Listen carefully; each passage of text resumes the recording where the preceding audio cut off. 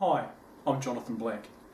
Today I'm going to talk about probably one of the most difficult topics, but one that as a psychologist I'm asked to talk about a lot and put into practice a lot, and that's basically changing behaviour.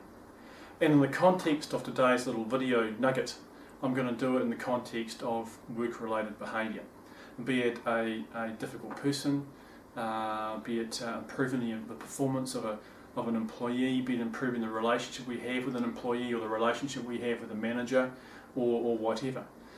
And changing behaviour is very, very difficult because often we focus on just that, changing behaviour, where in reality we actually should focus on changing thinking. Thinking leads behaviour. Behavioural change without any change in thinking is basically change based upon compliance. In other words, change based upon I should do this, but I'm a little bit resentful for it, or I don't really quite understand the reasons why I actually need to change. But the point is, if I'm changing my behaviour before I change my thinking around that behaviour, then the chance of that behaviour change being sustainable is very limited. Willing action to change comes from a genuine change in perspective.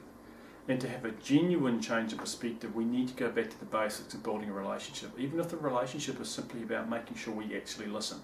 Ask good questions. Get to actually understand where somebody's coming from.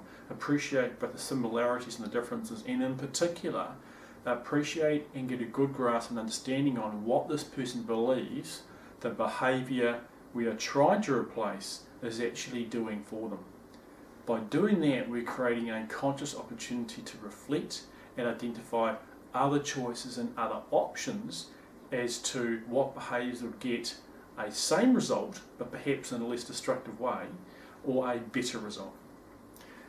There are 5 key steps when it comes to changing workplace behaviour, whether we're looking at large change processes or whether we're looking at one-on-one engagements, that are very useful to keep in mind.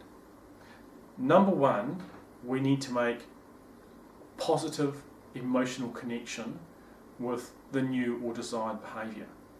Now, some may believe, yeah, but isn't that simply I feel good about that? Well, you know what, feeling good about something is actually quite important. The point is, there's got to be some kind of emotional connection.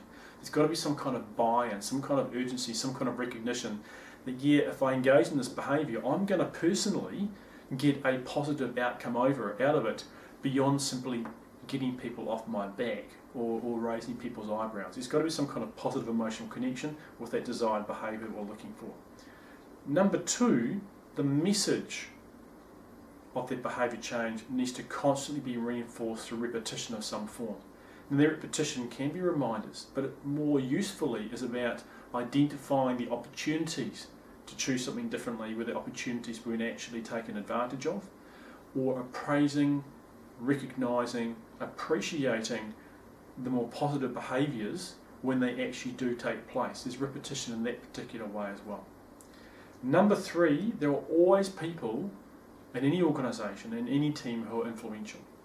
So if we want to change the behaviour of person A, who does person A listen to? They've got to become part of the process. They're the positive role models. If we look at teenagers, for example, and their behaviour, we're very aware of peer pressure because they're their role models. The same thing happens with adults. Who are adults' role models? Who are the people who they really listen to recognise that actually this change is a really positive step for you, for me, for the team we're part of as well? So identify the role models that themselves can advocate for and be part of that process, and recognising and rewarding in a tangible and also in non-tangible ways the positive outcomes of that kind of change. Number 4, we need to be able to celebrate that change. It's not simply a matter of saying you need to do this, go ahead and do it, but it's actually about recognising in that one-on-one capacity and looking for the opportunities to say to someone, good job, excellent job, well done, the way you did that was brilliant, and not in a suck-up kind of way, but in a really genuine opportunity to recognise that when you make that change, A, the change was easy, and B, it gets a positive result, and C, it actually improves your relationship with others and your satisfaction around the role you've got as well. The 5th one is actually often the most hardest, because it's often got nothing to do with the person whose behaviour we're trying to get some change out of, and that's around leadership. And in every organisation, in every team, any behavioural change that we desire will never be sustainable if the leaders of that organisation and the leaders of that team do not themselves engage in behaviour that's consistent with the behaviour that we actually want in the first place with the individual we're talking about. 5 key steps, big topic, changing behaviour. I hope it gets you thinking in the right direction. Hope it's useful. Thanks very much for listening. Take care.